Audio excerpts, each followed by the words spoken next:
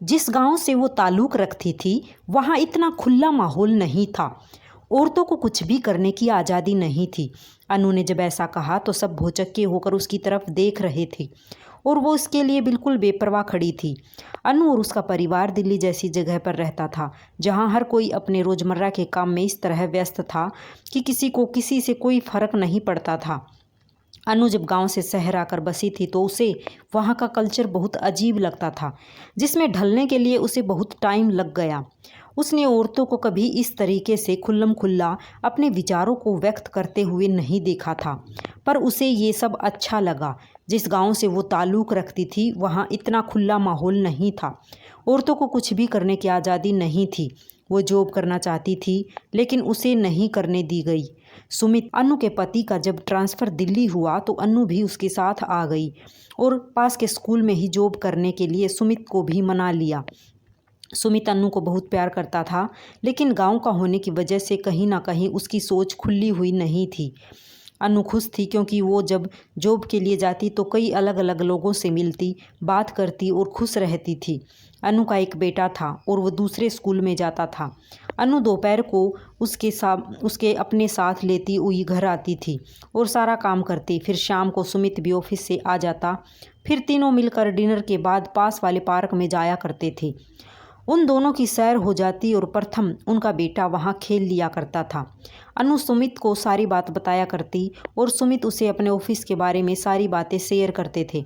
दोनों पति पत्नी कम और दोस्त ज़्यादा हो गए थे। एक दिन गांव से अनु की सास आई जो उसके पास कुछ टाइम रहने के लिए आई थी। जब उन्होंने वहाँ का कल्चर देखा तो चीज़ें उनके सहन के बाहर हो गई। 2-3 दिन तो उन्होंने खुद पर बहुत नियंत्रण रखा, लेकिन तीसरे दिन ही उनसे खुद पर काबू ना रखा गया और सुमित से बात करने की सोची।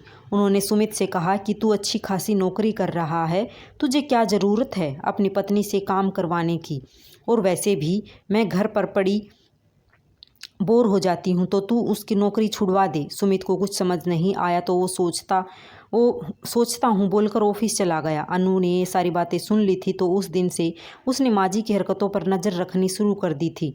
एक दिन उसको स्कूल में देर हो रही थी तो उसने सुनीता, उसकी सहेली, को बोला कि प्रथम को स्कूल से लेकर घर छोड़ देना, वहाँ माजी होगी। सुनीता ने जब प्रथम को घर छोड़ा तो उसके 1 घंटे बाद जब अनु वापस आई तो उसने सुना माजी प्रथम को कह रही थी कि तू अपनी मम्मी को बोल वो अपनी जॉब छोड़ दे, तो तू जब आया करेगा तो तुझे मम्मी घर पर ही मिलेगी और खाना भी एकदम गर्म मिलेगा। माजी की बात सुनकर अनु को बहुत गुस्सा आया, लेकिन उसने बच्चे के सामने बोलना ठीक नहीं समझा। अगले दिन रात को जब खाना खाकर सुमित और अनु सैर के लिए जाने लगे तो माजी ने पेट में दर्द को लेकर सारा घर सर पर उठा लिया और उनका जाना कैंसिल हो गया। 2-3 दिन तक रोज़ ऐसा होता रहा तो उनकी सैर पर जाने की आदत छूट गई। अब सुमित भी अनु से कटा कटा रहने लगा, क्योंकि माजी की सेवा करके जब वो कमरे में आती तो सुमित सो चुका होता और उनकी आपस में कोई बात नहीं हो पाती थी, न ही आपस में समय बिता पा रहे थे। प्रथम के बर्थडे वाले दिन केक काटने के बाद सुमित ने कहा कि चलो आज बाहर खाना खाने चलते हैं, तो माजी ने फिर से पेट दर्द का बहाना किया और बोली तू घुमा ला, इसका जन्मदिन है, बहू मेरे साथ रुक जाएगी, हम खिचड़ी खा लेंगे। अनु मुड़ी और बोली सुमित ऐसा करो तुम माजी के पास रुक जाओ और माजी के साथ ही खाना खाओ, उन्हें अच्छा लगेगा। मैं प्रथम को बाहर घुमा लाती हूँ, सही है ना? दोनों माँ बेटे एंजॉय करते हैं।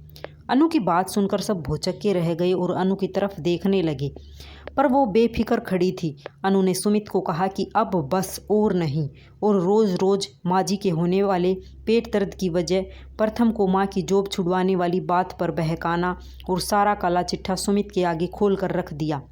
सुमित माँ के बर्ताव से हैरान था। उसने माँ से पूछा कि ये सब सच है?